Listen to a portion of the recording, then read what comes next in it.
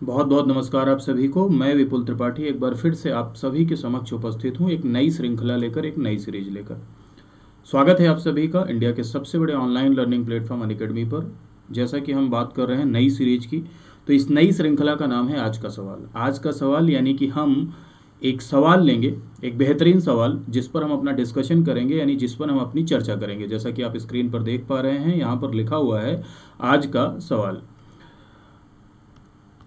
एक स्टेटमेंट का एक सवाल जिसमें ढेर सारे स्टेटमेंट होंगे और उन स्टेटमेंट में ढेर सारे कॉन्सेप्ट छुपे हुए होंगे। तो इस एक सवाल की चर्चा पर आप न सिर्फ अपनी प्रैक्टिस कर पाएंगे, बल्कि इसमें ढेर सारे कॉन्सेप्ट भी आप समझ पाएंगे और आपके अंदर एक समझ भी विकसित होगी। और इसके साथ साथ आपके लिए टारगेट भी एक सवाल का रहेगा, यानी एक सवाल यहाँ पर हम हल करेंगे यानी सॉल्व करेंगे, और एक सवाल का टारगेट रहेगा जो हम अपेक्षा करेंगे कि आप उसे सॉल्व करें और कमेंट सेक्शन में उसका जवाब दें। और अगली सीरीज में यानी अगले दिन के सेशन में हम लोग क्या करेंगे, उस सवाल को डिस्कस करेंगे। ठीक है, तो चलिए, श्रृंखला का नाम आज का सवाल है और आज के सवाल पर हम लोग आगे आते हैं। देखिए, पहला सवाल आपके सामने स्क्रीन पर लिखा हुआ है कि निम्नलिखित में से कौन सी पहले आए सब ले जाए यानी first pass the post system की विशेषता नहीं है।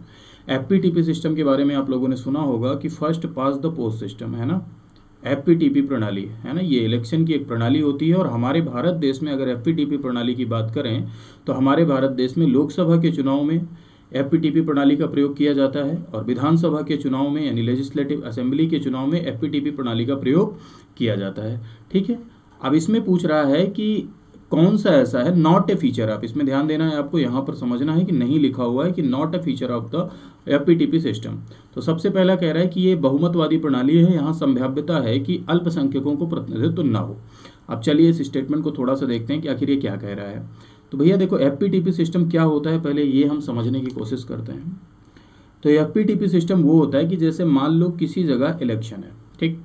अब इलेक्शन में 4 या 5 कैंडिडेट हैं, एक कैंडिडेट ए है, एक कैंडिडेट बी है, एक कैंडिडेट सी है, डी है, ई है, एफ है। ठीक है, जैसे अभी पंचायत के चुनाव में आप लोगों ने ग्राम प्रधान का इलेक्शन देखा होगा, मेंबर का इलेक्शन जो होता है ना, उसमें क्या था कि ग्राम प्रधान का इलेक्शन आप लोगों ने देखा जिसमें ढेर सारे कैंडिडेट क्या थे, प्रधान का चुनाव लड़ रहे थे। और उसमें जिसको सबसे ज़्यादा वोट मिला वो क्या हुआ, विजयी हुआ। जिसको सबसे ज़्यादा वोट मिला वो विजयी हुआ, यानी दौड़ के गया और पहले खंभा छू लिया। पहले खंभा छूने की प्रणाली इसको कहते हैं। सबसे ज़्यादा वोट इन द सेंस कि अगर मान लीजिए कुल मिलाकर ए को मिला 20 वोट, बी को मिला 18 वोट, ठीक है, सी को मिला 19 वोट, डी को मिला, ई को मिला 17 वोट, यानी ऐसे ऐसे ऐसे ऐसे करके कुल मिलाकर 100 वोट थे मान लीजिए, और 100 वोट में सारे वोट बट गए, लेकिन ए को 20 वोट मिला। अब ए को 20 वोट मिला और सबसे ज्यादा वोट मिला, तो ए क्या होगा, ए विजयी होगा, भले ही ए को 20% वोट मिला है। हाँ, अब यहाँ आप लोग कहेंगे सर कि ए को मात्र 20% वोट मिला, बाकी 80 लोग उसे पसंद नहीं करते हैं, बाकी 80% जनता उसे पसंद नहीं करती है। तो 80% जनता उसे पसंद नहीं करती है, लेकिन फिर भी 20% वोट पाकर वो व्यक्ति जीत गया, है ना। यानी जिसको सबसे ज्यादा वोट मिलता है वो जीत जाता है, चाहे जितना वोट मिले, चाहे जितने परसेंट में वोट मिले, है ना। चाहे उसको 10% मिले, चाहे 20% मिले, चाहे 30% मिले, इससे कोई मतलब नहीं है, बस उसको सबसे ज्यादा वोट जिसे मिलेगा वो जीत जाएगा। तो इसका डीमेरिट क्या होता है, इसका यही डीमेरिट होता है भैया कि हो सकता है टोटल रिप्रेजेंटेशन ना हो पाए, है ना। यानी हर व्यक्ति आपको पसंद नहीं करता है, और एक तरीके से देखा जाए तो ज़्यादा मात्रा में भी व्यक्ति आपको पसंद नहीं कर रहा है, मात्र 20% वोट पाकर आप क्या गए, जीत गए। तो ऐसे में कंडीशन ये निकल के सामने आती है सर कि मान लीजिए कि एक मेजॉरिटी पॉपुलेशन जिसकी तरफ जाती है वो विजयी हो जाता है, लेकिन माइनॉरिटीज का रिप्रेजेंटेशन नहीं हो पाता है, क्योंकि माइनॉरिटी पॉपुलेशन पता चला जिसकी तरफ जा रही है उसको वोट ही नहीं मिला, वो सबसे ज़्यादा वोट पाया ही नहीं है ना। तो इस वजह से माइनॉरिटीज जो होते हैं वो इस एफपीटीपी सिस्टम में ये कहते हैं कि हमारा रिप्रेजेंटेशन नहीं हो पाता है, यानी हमारा प्रतिनिधित्व नहीं हो पाता है। इसीलिए देखो कि इसी एफपीटीपी की डिमेरिट को खत्म करने के लिए जो दूसरी प्रणाली प्रयोग की जाती है भारत देश में, जैसे राष्ट्रपति के चुनाव में, राज्यसभा के इलेक्शन में, उसको हम कहते हैं पीआर यानी प्रोपोर्शनल रिप्रेजेंटेशन, है ना, समानुपातिक प्रतिनिधित्व। और समानुपातिक प्रतिनिधित्व में क्या होता है कि जिस रेशियो में आपको वोट मिलता है उसी रेशियो में आपको पावर मिलती है, ठीक है। लेकिन यहाँ क्या है, यहाँ आपको सबसे ज्यादा पाना है, आप जीत जाओगे, ठीक है। अब देखो, इसमें जो पहला स्टेटमेंट लिखा है कि ऐसी प्रणाली है जहां की अल्पसंख्यकों का प्रतिनिधित्व नहीं हो, ये संभावना बनती है भैया कि अल्पसंख्यकों का प्रतिनिधित्व ना हो। तो ये पहला स्टेटमेंट राइट स्टेटमेंट होगा कि रॉन्ग स्टेटमेंट होगा? तो बिल्कुल ये स्टेटमेंट क्या होगा, राइट स्टेटमेंट होगा, क्योंकि ये संभावना बन रही है, बिल्कुल बन रही है ना।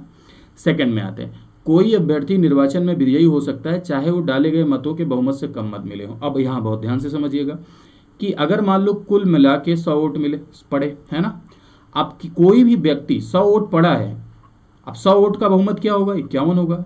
लेकिन अगर किसी आदमी को 51 वोट ना मिले, मात्र 20 वोट मिले, बाकी लोग 20 से कम पाए रहे और किसी आदमी को 20 वोट मिले, तो ये तो जीत जाएगा ना भाई। तो कोई भी व्यक्ति जीत जाएगा चाहे उसे कुल वोट का मेजोरिटी नहीं मिले। तो ये भी स्टेटमेंट क्या है, सही है। तो ये दोनों एक तरीके से देखा जाए तो एफपीटीपी प्रणाली के डिमेरिट्स होते हैं, ठीक है, यानी पर्याप्त प्रतिनिधित्व तो नहीं हो पाता है, ऐसा इसकी डिमेरिट्स में बोला जाता है। और माइनॉरिटीज का रिप्रेजेंटेशन नहीं हो पाता है, ऐसा बोला जाता है, ठीक है। लेकिन एक सरल प्रक्रिया होती है, आगे चल के किसी दिन मौका मिला आप लोग जो है थ्योरी क्लास पढ़ेंगे तो वहाँ देखेंगे, वहाँ मैंने डिटेल में ये चीज़ें बताई हैं कि क्यों ऐसा हुआ कि हमारे भारत देश में लोकसभा और विधानसभा के लिए एफपीटीपी प्रणाली का प्रयोग किया गया, और क्यों ऐसा हुआ कि राष्ट्रपति के लिए हमारे भारत देश में प्रोपोर्शनल रिप्रेजेंटेशन का यूज किया गया। तो इसमें कौन सा सही होगा, इसमें आप देखो कौन सी इसमें विशेषता नहीं है, ये पूछ रहा है, ध्यान से समझो। पहला स्टेटमेंट भी सही है एफपीटीपी को लेके, ठीक है, एफपीटीपी को लेके पहला स्टेटमेंट भी सही है, क्योंकि ये कह रहा है कि ये संभावना है कि माइनॉरिटीज का रिप्रेजेंटेशन ना हो, ठीक। दूसरा स्टेटमेंट क्या कह रहा है, दूसरा कह रहा है कि कोई अभ्यर्थी निर्वाचन में विजयी हो सकता है, उस पर डाले गए, ये भी क्या है, एफपीटीपी के दृष्टिकोण से ये भी स्टेटमेंट सही है। लेकिन प्रश्न पढ़िए, अब ये दोनों क्या एफपीटीपी की विशेषता है या नहीं है? तो ये तो दोनों एफपीटीपी की विशेषता है ना भैया, ये भी एफपीटीपी की फीचर है, ये भी एफपीटीपी का फीचर है, दोनों एफपीटीपी का फीचर। लेकिन यहाँ क्या पूछ रहा है, यहाँ पूछ रहा है कि कौन सा फीचर नहीं है ना। तो ये भी फीचर है तो गलत हो गया, ये भी फीचर है, गलत हो गया, ठीक है। तो यानी इसमें कौन सा होगा, डी ऑप्शन आपका करेक्ट आंसर होगा, ठीक है। चल, अब ये सवाल आशा करते हैं कि आप लोगों को समझ आया होगा, नहीं समझ में आया होगा तो एक बार फिर से वीडियो पीछे करके देख लीजिए, आपको समझ आ जाएगा, ठीक। और इसके साथ एक नया सवाल आपके लिए, टेस्ट योर नॉलेज, यानी आपके नॉलेज को टेस्ट करने के लिए आप अपनी नॉलेज को टेस्ट करिए और कमेंट सेक्शन में इस सवाल का आंसर दीजिए, है ना। एक्सप्लेनेशन भी आप दे सकते हैं। कह रहा है कि अगर मान लीजिए किसी भी विधेयक को पारित करने के लिए संसद के दोनों सदनों के बीच में अगर डेडलॉक हो जाता है, यानी गतिरोध हो जाता है, तो उसको सुलझाने के लिए संसद की ज्वाइंट सिटिंग बुलाई जाती है। अब इसमें बोल रहा है कि कौन से विधेयक के लिए ज्वाइंट सिटिंग की सहायता ली जाती है। यानी ये 3 मैटर ऑफ बिल हमारे भारत देश में दिए हुए हैं, एक दिया हुआ है कॉन्स्टिट्यूशनल अमेंडमेंट बिल, एक दिया हुआ है ऑर्डिनरी बिल और एक दिया हुआ है आपका मनी बिल। अब इन तीनों में से कौन सा है ये आपको बताना है, इसको आप कमेंट सेक्शन में बताइएगा। और इसके साथ साथ सर इस समय वैसे भी हमारे भारत देश एक विकट स्थिति से गुजर रहा है, आशा करते हैं कि आप लोग स्वस्थ होंगे और अपने परिवार का और अपना ध्यान रख रहे होंगे। कृपया देश को आपके सहयोग की ज़रूरत है, जिस भी मात्रा में आप देश को, परिवार को या समाज को सहयोग कर पाएँ उस मात्रा में आप अपना सहयोग प्रदान करें। और अगर आप किसी व्यक्ति को सहयोग नहीं प्रदान कर सकते हैं तो कम से कम अगर मान लीजिए किसी व्यक्ति के अंदर कोरोना के सिम्टम्स दिखते हैं तो उसे घर में आइसोलेट रहने की सलाह दें, क्योंकि पैंडेमिक का मतलब यही होता है कि ये ऐसी बीमारी है कि जो छुआछूत से फैलती है, महामारी है, ये विश्व स्तर पे है इसलिए महामारी कहा जा रहा है, और ये छुआछूत से फैलती है। तो अगर आप अपने आप को आइसोलेट कर लेंगे तो जाहिर सी बात है कि आपसे दूसरों को ये रोग नहीं होगा। आशा करते हैं कि आप ऐसा करेंगे। और इसी के साथ साथ जैसे अभी आपने ये क्वेश्चन देखा, इसी तरह से आपको कंप्लीट, अगर आप एक श्रृंखला के रूप में 1 घंटे पूरा का पूरा अगर सवालों को आप सॉल्व करना चाहते हैं, यानी क्वेश्चंस को आप डिस्कस करना चाहते हैं, सवालों को सॉल्व करना चाहते हैं, प्रैक्टिस करना चाहते हैं, तो आप अनअकैडमी लर्निंग एप्लीकेशन डाउनलोड कर सकते हैं। अनअकैडमी लर्निंग एप्लीकेशन डाउनलोड करने के बाद उसमें अलग अलग परीक्षा की तैयारी के लिए अलग अलग गोल होता है, जैसे कि यूपी के पीसीएस के लिए UP PSC and UP triple SC का एक गोल है, एसएससी का अलग होता है, यूपीएससी का अलग होता है। तो उसमें आप ये गोल सेलेक्ट कर सकते हैं, UP PSC and UP triple SC.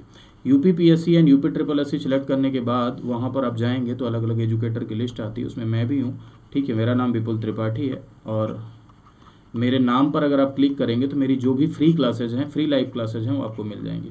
और फ्री लाइव क्लासेज में मैंने ढेर सारा जो है प्रैक्टिस कराई है, सवालों की बहुत सारी प्रैक्टिस हुई है, पुराने पेपर पीसीएस के, आईएएस के सारे पेपर मैंने सॉल्व कराए हैं, तो वो सारा आप देख सकते हैं। और उसके साथ साथ रोज़ाना लाइव क्लास चलती है, रोज़ाना एक लाइव क्लास चलती है जो कि बिल्कुल फ्री होती है, तो उस क्लास में भी आप आ सकते हैं और अपनी प्रैक्टिस को जारी रख सकते हैं। और अगर आप कंप्लीट थ्योरी कोर्स करना चाहते हैं या पूरे के पूरे बैचेज पढ़ना चाहते हैं, पूरी की पूरी कंप्लीट प्रिपरेशन अगर आप करना चाहते हैं यूपीपीएससी की, तो आप अनअकैडमी प्लस के साथ जुड़ सकते हैं सर। अगर आप अनअकैडमी प्लस के साथ जुड़ते हैं तो आपका क्या फ़ायदा होता है, आप पूरी तरीके से स्ट्रक्चर्ड बैचेस कर सकते हैं, पूरा कंप्लीट कोर्स आप पढ़ सकते हैं किसी भी सब्जेक्ट का, जैसे पॉलिटी, हिस्ट्री, और साथ साथ टेस्ट सीरीज और मॉक टेस्ट सारे के सारे आपके फ्री होते हैं। ये सारी टेस्ट सीरीज जो अपने यहाँ चल रही हैं ये भी आपके लिए क्या होंगी, फ्री होंगी। और इसके साथ साथ ये प्लस के फीचर्स होते हैं सर कि आप कहीं भी किसी भी जगह बैठ के क्लास कर सकते हैं, अनलिमिटेड एक्सेस मिलता है। यानी अगर आप अनलिमिटेड एक्सेस का मतलब ये है भैया कि अनअकैडमी में ऐसा नहीं है कि अगर आप सब्सक्राइब करते हैं तो आप एक बैच करेंगे, 2 बैच करेंगे, 3 बैच करेंगे। अगर आप सब्सक्राइब जैसे 1 साल के लिए सब्सक्राइब करते हैं तो 1 साल के लिए, जैसे आप पार्क में जाते हैं तो गेट पास मिलता है, वैसे ही समझ लीजिए आपको गेट पास मिल गया है। अब आप सब्सक्राइब कर लिए तो आप किसी भी एजुकेटर से पढ़ सकते हैं, किसी भी एजुकेटर की क्लास देख सकते हैं, किसी भी वीडियो को 1 बार, 2 बार, 10 बार देख सकते हैं। और साथ साथ आप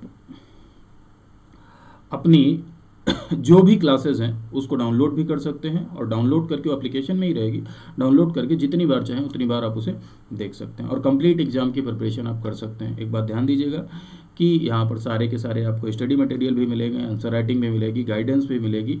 तो सबसे बड़ी बात अनअकैडमी की क्या है, सबसे अच्छा फीचर ये होता है कि अनलिमिटेड एक्सेस, यानी एक वीडियो को आप जितनी बार चाहें देख सकते हैं। दूसरा सबसे अच्छा फीचर है कि आप अपने पसंद के एजुकेटर को चूज कर सकते हैं, यानी एक सब्जेक्ट के 4 एजुकेटर आपको अवेलेबल दिखेंगे, ठीक है।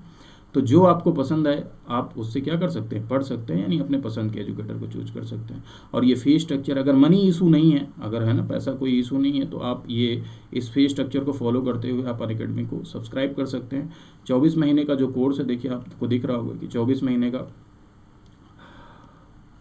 8,400 का है और 12 महीने का 7,000। और इसमें ये रेफरल कोड अगर आप अप्लाई कर देंगे, वीटी लाइव, वीटी मतलब विपुल त्रिपाठी, है ना, तो अगर आप ये अप्लाई कर देंगे तो 10% का आपको डिस्काउंट मिल जाएगा, 10% की आपको छूट मिल जाएगी, ठीक है।